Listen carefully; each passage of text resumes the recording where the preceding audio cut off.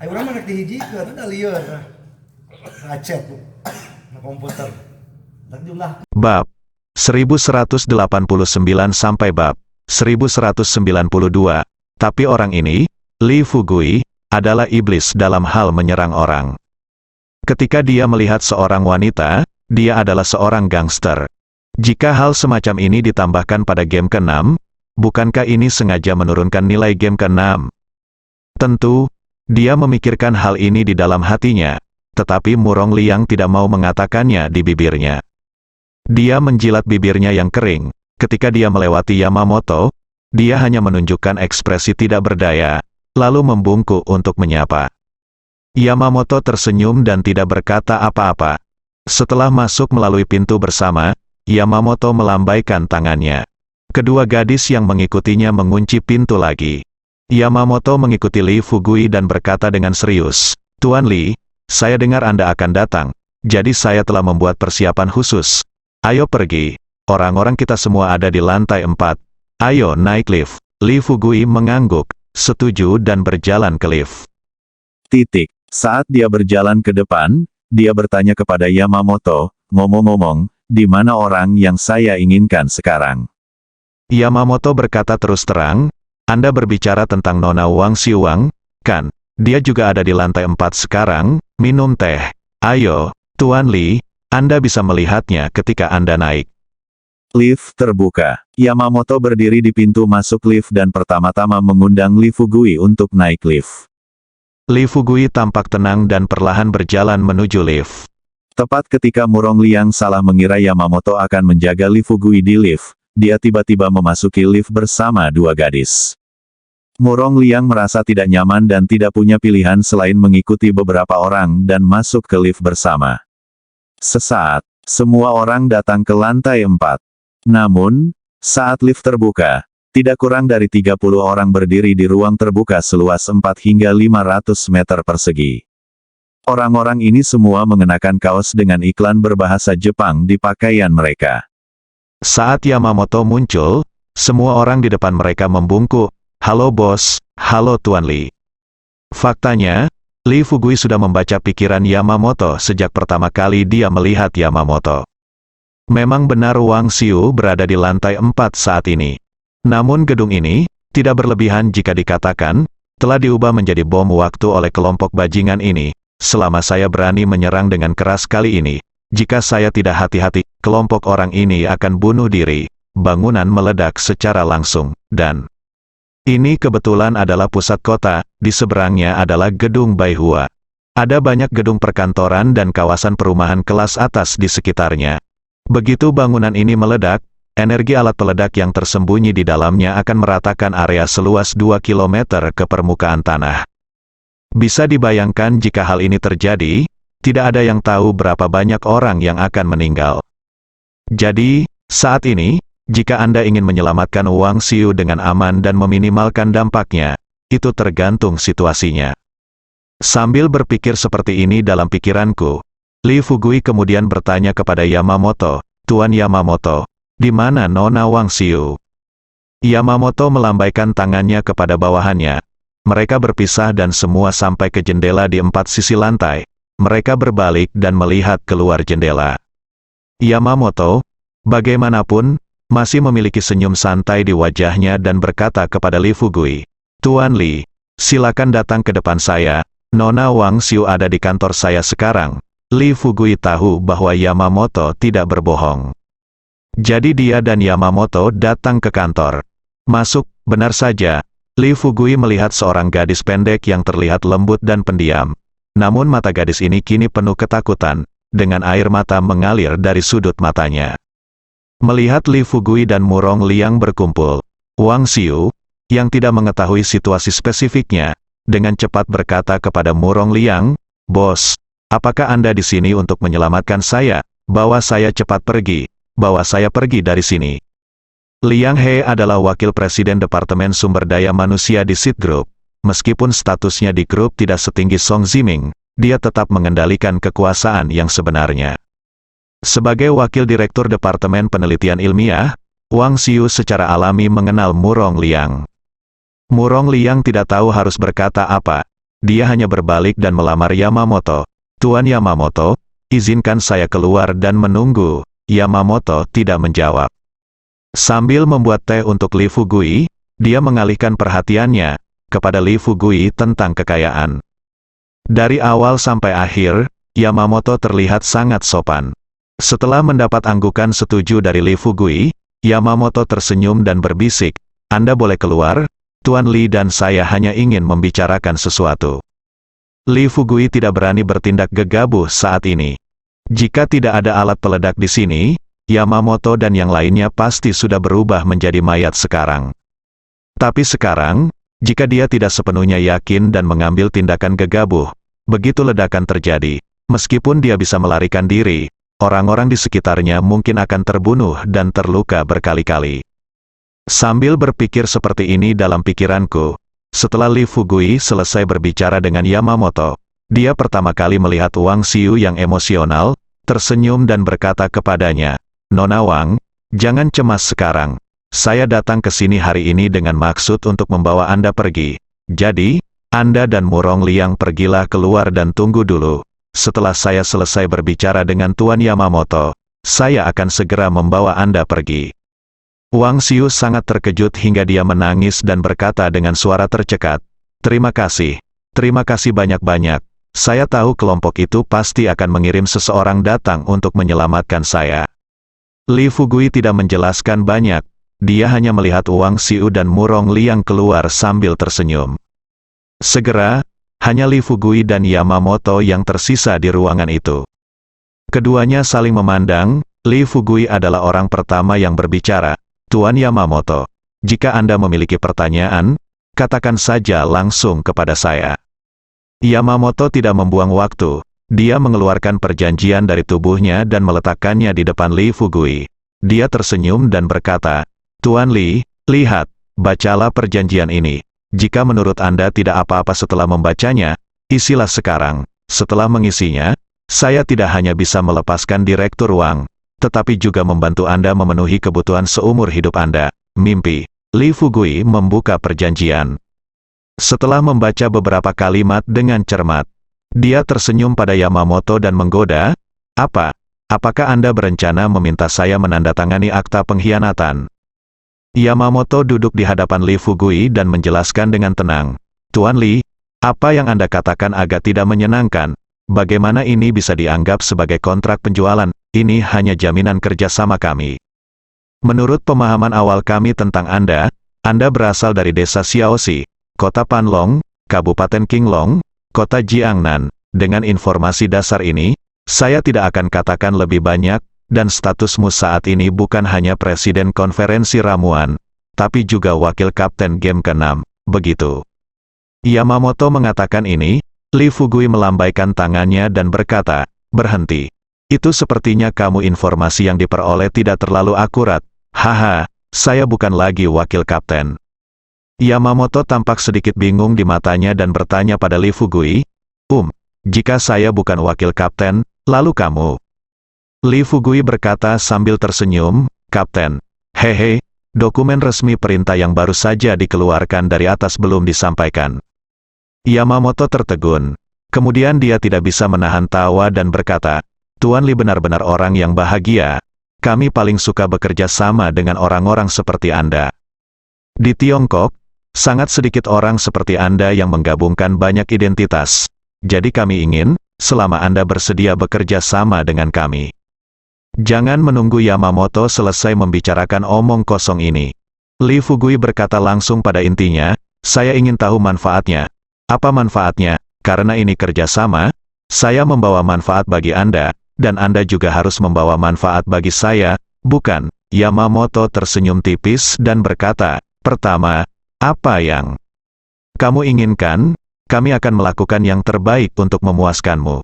Li Fugui berkata dengan santai tanpa berpikir, "Aku ingin menjadi abadi dan memiliki kekuatan tak terbatas. Bagaimana, bisakah kamu memuaskannya?" Wajah Yamamoto berkata ekspresinya berangsur-angsur menjadi gelap, dan senyuman dingin muncul di sudut mulutnya. "Haha, saya harap Tuan Li dapat menanggapi masalah ini dengan serius. Apakah Anda tidak tahu situasi Anda sekarang? Li Fugui menyeringai dan berkata, lihat apa yang kamu katakan. Iya, jika saya tidak tahu, bagaimana saya bisa membawa Murong Liang ke tempat Anda, bukankah kamu? Baru saja mengubah gedung ini menjadi bom waktu. Jika saya menolak hari ini, kalian semua akan bertarung sampai mati. Ketika saatnya tiba, kami akan mengumpulkan ribuan orang di sekitar sini untuk mendukung kalian. Haha, tapi aku tidak mencoba menakutimu. Kamu bisa jujur hari ini dan melakukan apapun kataku. Lalu aku akan memberimu satu-satunya cara untuk bertahan hidup adalah dengan kembali ke negara Jepang dan jangan pernah masuk ke negara China kita mulai sekarang. Kalau tidak, aku lebih suka melihatmu menyalakan petasan besar ini. Tapi jika kamu menyalakan petasan besar ini, aku bisa pergi ke negara Jepangmu. Tanpa menyadarinya, aku akan membunuh raja yang kamu perlakukan sebagai peri. Sedangkan untuk keluargamu, haha, aku akan memotong adik-adik mereka demi anak laki-laki, dan saya akan membawa gadis-gadis itu ke luar negeri dan menjadikan mereka budak seumur hidup mereka. Setelah membunuh semua orang ini, saya akan menghitung dengan cermat jumlah orangnya. Jika Anda membunuh salah satu dari kami, saya akan membunuh 100 dari kamu. Juga, jangan mempertanyakan apakah aku memiliki kekuatan seperti itu. Aku bisa menangkap cangkang tank dengan tangan kosong. Bahkan jika kamu memberiku sebotol sianida sekarang, aku masih bisa meminumnya di depanmu sebagai hahaha. Aku tidak percaya, ayo kita coba. Setelah Li Fugui selesai berbicara, Yamamoto seketika dia tertegun, dan senyuman di wajahnya telah hilang sama sekali. Yang menggantikannya adalah kebencian yang tak ada habisnya. Menatap Li Fugui, Yamamoto menahan amarah yang sangat besar di dalam hatinya. Dia tiba-tiba berdiri, menatap Li Fugui dan berkata, apakah kamu benar-benar tidak takut aku akan meledakkan tempat ini sekarang? Biar ku beritahukan padamu, energi dari alat peledak dipasang di sini. Li Fugui duduk di kursi, tidak bergerak, tanpa sedikit pun emosi di wajahnya. Dia berkata kepada Yamamoto, Yamamoto, bagaimana kalau kita bertaruh? Aku tahu kamu tidak bertaruh, percayalah sekarang bahwa aku bisa memperlakukanmu sebagai raja yang seperti dewa. Singkirkan aku, itu sebabnya kamu berani bersikap sombong di hadapanku. Baiklah, kamu Keluar sekarang, pilih 2 orang anak buahmu, dan biarkan mereka lari sejauh yang kamu bisa. Setelah 10 menit, percaya atau tidak, aku akan membiarkan mereka mati, mati saja. Yamamoto mengertakkan gigi. Meskipun dia telah melihat banyak master sejak datang ke Tiongkok, dia belum pernah melihat orang seperti Li Fugui. Berpikir bahwa orang-orang ini bekerja untuk yang mulia raja, jika perilaku mereka benar-benar mengancam keselamatan raja, itu akan menjadi dosa besar. Sambil berpikir seperti ini dalam pikiranku, Yamamoto mendengus, dan tanpa pikir panjang, dia mengeluarkan botol kecil berwarna merah muda dari laci di depannya, membuka botolnya, dan menuangkan 2 pil yang ukurannya sedikit lebih kecil dari kedelai. Pil itu berhenti di depan Li Fugui. Yamamoto mencibir dan berkata, sejujurnya, gadget ini bisa langsung membunuh puluhan ribu orang. Bukankah Anda mengatakan bahwa Anda akan aman meskipun Anda mengonsumsi sianida? Jika Anda memiliki kemampuan, Anda akan menggunakan gadget ini hari ini. Makanlah. Li Fugui merasa sedikit tidak nyaman. Meskipun dia sudah memakan bunga tuan. Tapi dia tidak pernah mencobanya. Saya hanya berencana untuk menakut-nakuti anjing di depan saya, tetapi saya tidak menyangka mereka benar-benar akan menaruh racun di depan saya. Makan, tetapi jika Anda memakannya, bunga tuan tidak akan mampu menghilangkan racunnya. Bukankah Anda akan menyombongkan diri sampai mati? Tapi kalau tidak makan, mungkinkah Anda benar-benar ingin melihat orang-orang di sekitar Anda menderita, lalu membunuh sendiri negara Jepang? Tidak segan-segan memprovokasi perang dan membalaskan dendam orang-orang di sini. Melihat Li Fugui mulai ragu-ragu, Yamamoto langsung menunjukkan ekspresi jijik di wajahnya. Dia mendengus dingin dan berkata, hah, Tuan Li, ada pepatah di negara Anda bahwa orang yang mengetahui keadaan saat ini adalah seorang pahlawan, yang mulia orang yang cerdas, Anda. Jangan menunggu Yamamoto selesai. Li Fugui dengan santai mengambil pelet putih kecil itu, membuka mulutnya lebar-lebar, sengaja menjulurkan lidahnya, dan menjatuhkan pil itu ke lidahnya. Lalu, dia dengan lembut memasukkannya ke dalam mulutnya dan menelannya. Yamamoto benar-benar tercengang kali ini, matanya melebar dan dia menatap Li Fugui dengan tidak percaya. Namun, apa yang terjadi selanjutnya membuat Yamamoto benar-benar mati rasa. Setelah Li Fugui meminum racunnya, kulitnya mulai berubah warna secara bertahap. Kulit aslinya yang berwarna gandum berubah menjadi biru muda dengan kecepatan yang terlihat dengan mata telanjang. Li Fugui, sebaliknya, dapat dengan jelas merasakan tanaman merambat yang tak terhitung jumlahnya tumbuh di dalam tubuhnya.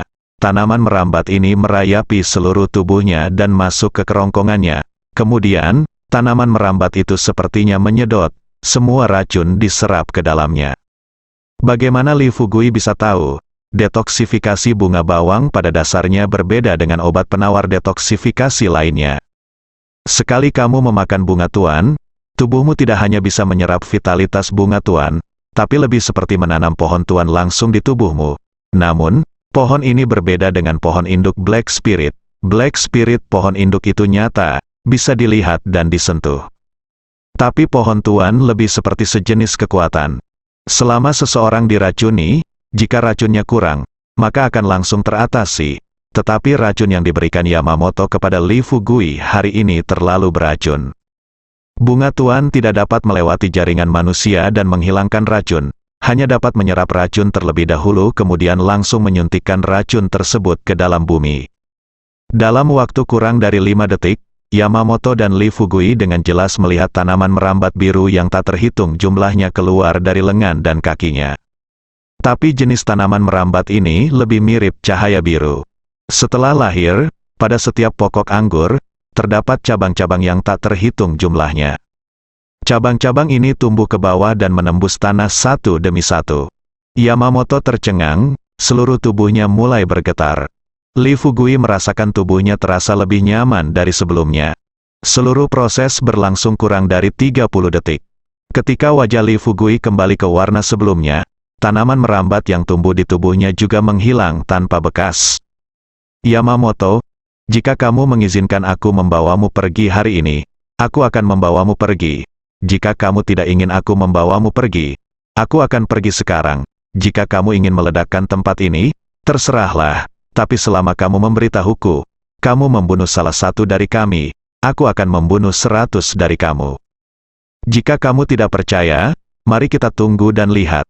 Pes, saudara-saudara merekomendasikan artikel tentang pengobatan ajaib pedesaan ini, yang memiliki 600.000 kata, berbeda dengan artikel pedesaan yang sedang Anda baca. Memiliki kakak perempuan, istri senior, dan seorang ginekolog pria. Judul buku pencarian tomat, desa, cinta liar. Atau nama pena, Huilong. Saudara-saudara akan menambahkannya ke rak buku setelah membaca 2 bab pertama. Jika tidak bagus, Anda dapat kembali dan memarahi saya. Tidak peduli seberapa kuat Yamamoto, dia tidak bisa tenang lagi setelah melihat situasi ini.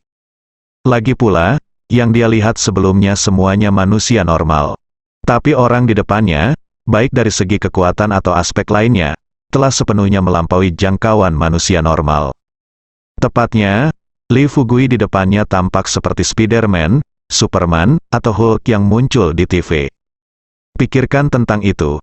Jika orang kuat seperti itu benar-benar menyelinap ke wilayah Jepang mereka, meskipun raja mereka dilindungi dengan ketat, selama Li Fugui ingin membunuhnya, bukankah itu hanya peluru meriam untuk membunuh lalat? Tetapi ketika saya memikirkan tentang bagaimana saya menghabiskan 20 tahun di kota Baihua untuk mencapai tujuan saya, berapa 20 tahun lagi yang saya miliki dalam hidup saya? Jika Li Fugui membawa Wang Xiu pergi sekarang dan dia menyerah, bukankah semua yang dia lakukan sebelumnya akan sia-sia? Sambil berpikir seperti ini dalam pikiranku, Yamamoto mengertakkan gigi dan mengumpulkan keberaniannya. Melihat Li Fugui hendak keluar, dia tidak dapat menahan diri untuk tidak berteriak, "Nak, apakah kamu tidak takut tindakanmu akan memicu perang antara kedua negara kita, Li Fugui?" Tertawa, dia perlahan berbalik, memandang Yamamoto dengan penuh arti dan berkata, "Tuan Yamamoto, setelah beberapa dekade, kami sangat berharap Anda dapat mengambil inisiatif untuk memprovokasi perang. Waktunya tepat, Anda memberi kami saat itu. Kami hanya bisa menimbulkan semua penderitaan yang menimpamu.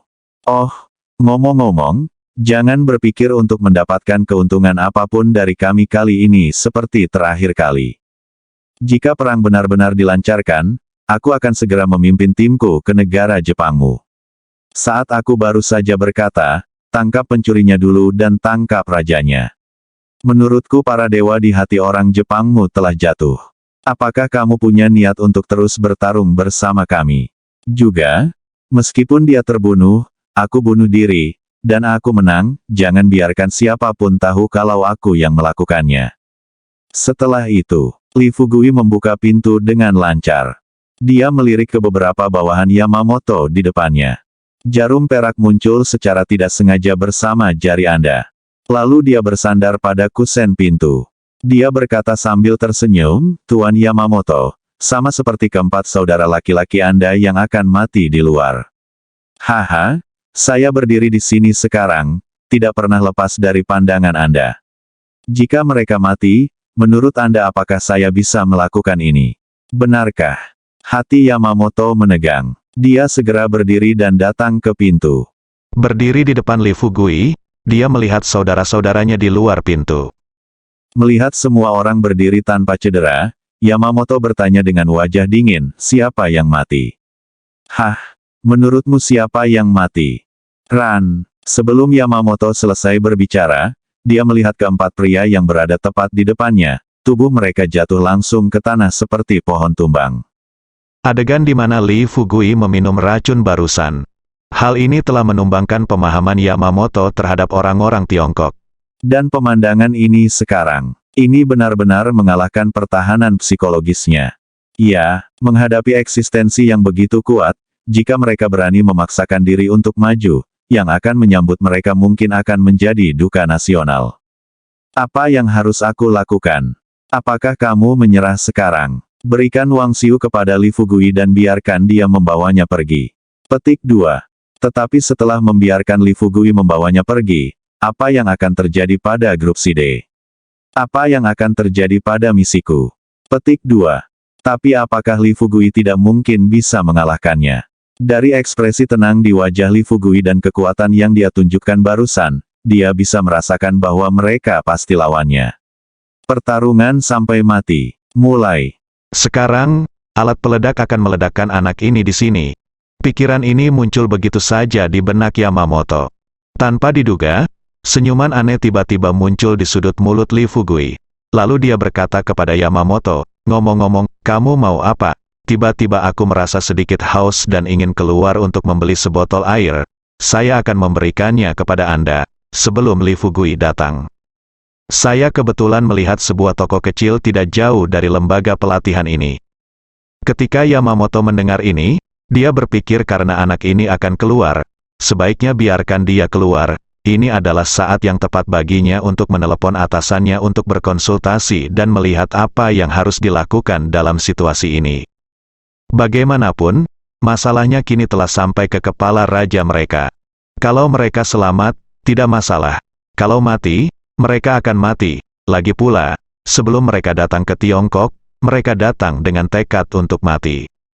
Terserah, Yamamoto mengucapkan dua kata ini dengan suara bergetar. Li Fugui tersenyum tipis dan berkata, setidaknya beri aku nama. Aku tidak bisa melihat bahwa tidak ada minuman yang disebut minuman santai di toko-toko kecil yang jauh. Yamamoto baru saja memikirkan kata teh hijau. Tanpa diduga, Li Fugui berkata terus terang, oke, teh hijau, kan, saya pergi sekarang. Setelah meninggalkan kata-kata ini, sebelum Yamamoto sadar, Li Fugui menghilang dalam sekejap mata. Semua ini terjadi terlalu cepat, dia tidak tahu bagaimana anak ini menghilang. Dan dia tidak mengerti mengapa anak ini ratusan atau ribuan kali lebih cepat dari ninja seperti mereka. Kedua, dia tidak mengerti mengapa Li Fugui tahu bahwa dia akan mengucapkan kata teh hijau. Setelah menghirup udara dingin, tepat ketika Yamamoto berbalik dan kembali ke kantornya, dia mengeluarkan ponselnya, menemukan nomor telepon bosnya, dan hendak menelepon untuk berkonsultasi. Tanpa diduga, suara Li Fugui muncul di belakangnya, Ini untukmu, ini milikku. Juga, jangan pernah berpikir untuk berkonsultasi dengan pemimpinmu, sekalipun itu konsultasi. Apapun yang kamu katakan akan diabaikan oleh pemimpinmu. Aku tidak akan mempercayainya. Hehe, katakan padaku, jika kamu tidak melihatnya dengan matamu sendiri hari ini, apakah kamu akan percaya bahwa aku telah meminum racun yang kamu berikan padaku dan masih bisa berbicara dan tertawa bersamamu sekarang? Bisakah kamu percaya bahwa aku bisa melihat semua masalahmu? Aku bisa melihat apapun yang ada di pikiranmu. Juga, bisakah kamu percaya bahwa aku bisa turun ke toko kecil yang berjarak 70 hingga 80 meter dan membeli 2 botol air dalam waktu kurang dari 20 detik? Apakah Anda mengirimkannya? Jadi, jika Anda menelepon saya sekarang, bos Anda mungkin akan membiarkan Anda dan saya mati bersama. Tetapi masalahnya adalah, saya dapat mengetahui apa yang Anda pikirkan. Sekali kamu membuat rencana untuk mati bersama, aku akan segera menghilang tanpa jejak.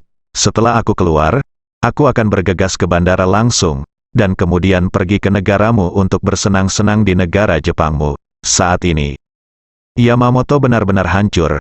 Dia tiba-tiba berlutut di tanah dan berkata dengan air mata mengalir di wajahnya, "Tuan Lee, kami salah. Kami seharusnya tidak melakukan ini. Tolong sembunyikan masalah ini untuk kami dan jangan biarkan masalah ini menyebar, oke?" Lee Fugui akhirnya menunjukkan senyuman lega setelah melihat Yamamoto benar-benar bertobat melalui pembacaan kungfu. Tapi saat ini, tanpa diduga, ponselnya tiba-tiba berdering. Setelah menerima panggilan, tanpa diduga, suara cemas Motian datang langsung dari ujung telepon yang lain. "Kapten Lee, tidak, kami tertipu. Kami ditipu oleh si bajingan Murong An, dan sekarang kami dikepung di lantai pertama gedung perkantoran kota Baihua. Ada banyak penembak jitu dan polisi di luar. Katakan padaku, apa yang harus kita lakukan sekarang?" Menghadapi pertanyaan Motian, Lee Fugui berkata tanpa daya, "Direktur Mo, apa yang Anda lakukan di sini? Bukankah saya sudah menjelaskannya kepada Anda? Apa yang harus Anda lakukan setelah waktu berlalu?" Motian tersedak dan berkata, "Ini semua salahku. Ini semua salahku. Aku tidak mendengarkan pengaturanmu. Jadi aku membuat kesalahan besar ini." Dengar ini, Lee Fugui tahu sekarang bukanlah waktunya menyalahkan Motian. Dia menunduk dan berpikir sejenak. Lee Fugui berkata terus terang kepada Motian, "Jadi, jika kamu bertahan di sana selama 10 menit, bisakah kamu bertahan selama 10 menit?" Motian buru-buru berkata, "Ya, kami sangat tersembunyi sekarang, dan semuanya baik-baik saja untuk menunda selama 10 menit." Lee Fugui mengangguk dan berkata, "Oke, kalau begitu kamu tunda selama mungkin, masalahku akan segera terselesaikan. Setelah aku menyelesaikannya, aku akan datang ke gedung kantor kota Baihua untuk mencarimu segera, Mo." Tianya tanpa terlalu banyak omong kosong, dia berterima kasih kepada Lee Fugui dan menutup telepon. Lee Fugui meletakkan ponselnya dan menenangkan dirinya sebanyak mungkin. Lalu dia berkata terus terang kepada Yamamoto, "Bangunlah. Selama kamu tidak bertindak sembarangan, aku tidak akan mempersulitmu." Oleh ngomong-ngomong, berapa banyak dari Anda yang ada di Tiongkok? Organisasi macam apa itu? Menghadapi pertanyaan itu, Yamamoto merasa tidak nyaman, tapi apa yang dia pikirkan terlihat jelas oleh Lee Fugui. Setelah mengetahui identitas spesifik orang-orang ini, Lee Fugui mengangguk, dan sebelum Yamamoto dapat menjawab, dia melewatkan topik tersebut dan bertanya kepada Yamamoto, "Ngomong-ngomong, saya penasaran, bagaimana Anda membuat gedung ini meledak, perangkat, juga? Apakah kalian masing-masing memiliki alat peledak yang dapat langsung meledakkan gedung ini?" Lee Fugui adalah orang yang berhati-hati, dia mengetahuinya dengan sangat baik. Pencuri-pencuri ini bukanlah tuan-tuan, mereka semua adalah penjahat yang tercela dan tidak tahu malu. Mungkin Anda bisa berlutut di depannya sekarang dan menyerah sepenuhnya pada diri sendiri. Tetapi setelah dia pergi, entah apakah orang-orang ini benar-benar akan meledakkan tempat ini dengan marah. Meskipun Motian sedang menemui beberapa masalah saat ini, namun masalah di pihak Motian masih dalam kendalinya. Namun jika masalah di hadapannya tidak terselesaikan sepenuhnya, pasti akan menimbulkan bencana besar. Yamamoto mungkin bisa menebak apa yang dipikirkan Lee Fugui. Anak laki-laki itu menanyakan dua hal ini. Yang pertama adalah mengetahui situasi dasar organisasi mereka. Adapun hal kedua adalah menstabilkan situasi di sini sepenuhnya. Meski kini dia menyerah dan berlutut di depan Li Fugui. Tapi kalau dipikir-pikir dengan hati-hati, dia tidak bisa memberitahunya bahwa dia adalah anggota grup mulut hitam dan satu-satunya alat peledak di gedung itu ada di lacinya. Tapi saat Yamamoto sedang berpikir seperti ini, Li Fugui tiba-tiba tertawa. Melihat senyuman di wajah Li Fugui, Yamamoto langsung panik. Saat ini, dia ingin menamparkan beberapa mulut besar di wajahnya. Li Fugui bisa memahami semua pikirannya. Bagaimana dia bisa begitu bingung dan tiba-tiba melupakan masalah penting seperti itu? Idenya baru saja muncul di benak saya, sudah terlambat bagi Yamamoto untuk menebus kesalahannya. Dalam sekejap mata, Li Fugui mendatangi laci mejanya, membuka laci, dan melihat remote control di dalamnya. Li Fugui mengambilnya, mengguncangnya, dan bertanya pada Yamamoto sambil tersenyum, "Apakah ini?" Hati Yamamoto dalam kebingungan, dan dia melambaikan tangannya dengan cepat, "Tidak, tidak." Begitu dia selesai berbicara, Li Fugui juga mendapat konfirmasi. Untuk jawabannya, dia tiba-tiba terbang ke depan dan memukul pelipis Yamamoto dengan keras. Kepala Yamamoto langsung meledak seperti semangka yang dipukul petinju. Li Fugui mencibir, "Sial, itu bukan palu." Selanjutnya, tempat ini telah menjadi api penyucian total bagi Yamamoto dan bawahannya. Li Fugui mengedarkan vitalitas dalam tubuhnya begitu cepat sehingga orang-orang ini bahkan tidak sempat bereaksi.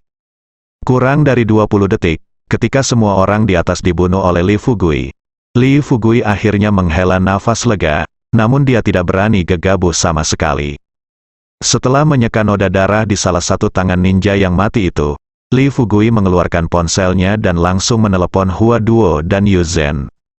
Meskipun kedua gadis ini tidak dapat menggunakan vitalitas mereka dan sekuat orang biasa, IQ mereka online dan koneksi mereka lebih luas daripada siapapun yang dia kenal di kota Baihua. Segera, telepon terhubung. Sebelum Hua Duo membuka mulutnya, Li Fugui berkata terus terang kepadanya, "Sekarang Anda membawa Yu Zhen dan Chang Sun Feng mengunjungi bahasa Jepang. Ada sesuatu di sini yang perlu Anda komunikasikan dengan Sister Ming melalui telepon." Saat dia berbicara, Li Fugui berbalik dan menatap Murong Liang dan Wang Xiu. Wang Xiu benar-benar ketakutan saat ini, wajahnya pucat dan bibirnya bergetar tak terkendali. Sepanjang hidupnya, selain menghadiri beberapa pemakaman, pernahkah dia melihat orang mati sebanyak yang dia lihat hari ini?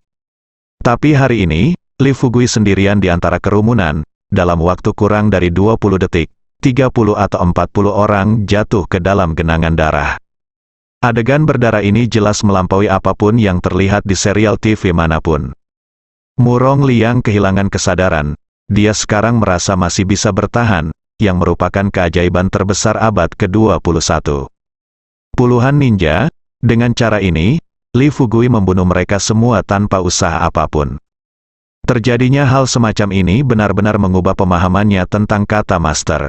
Melihat mereka berdua tidak bergerak, Li Fugui tidak bisa menahan diri untuk tidak berkata. "Aku berkata, mengapa kalian berdua masih berdiri di sana? Apakah kamu tidak berencana untuk tinggal di sini? Murong Liang, kamu turun dan mengemudi.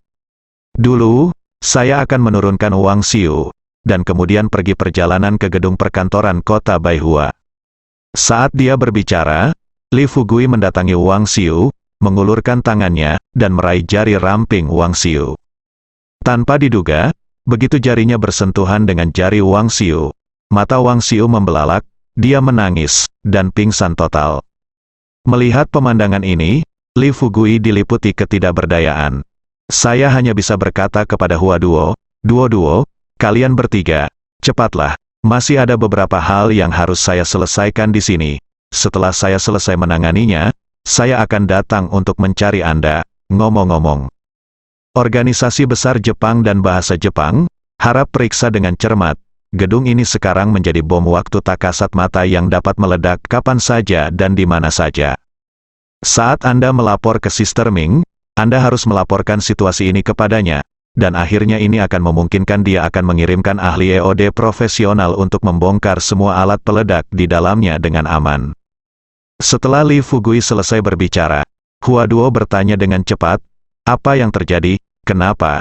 Sebelum Hua Duo selesai, Li Fugui berkata sambil tersenyum masam, Saya tidak bisa menjelaskan situasi spesifik dalam beberapa kata sekarang. Lagi pula, sepanjang malam, sesuatu terjadi segalanya lebih menarik daripada saat kita pergi ke kota Honghe beberapa hari sebelumnya. Oke, saya tutup telepon dulu. Cepatlah, bersambung.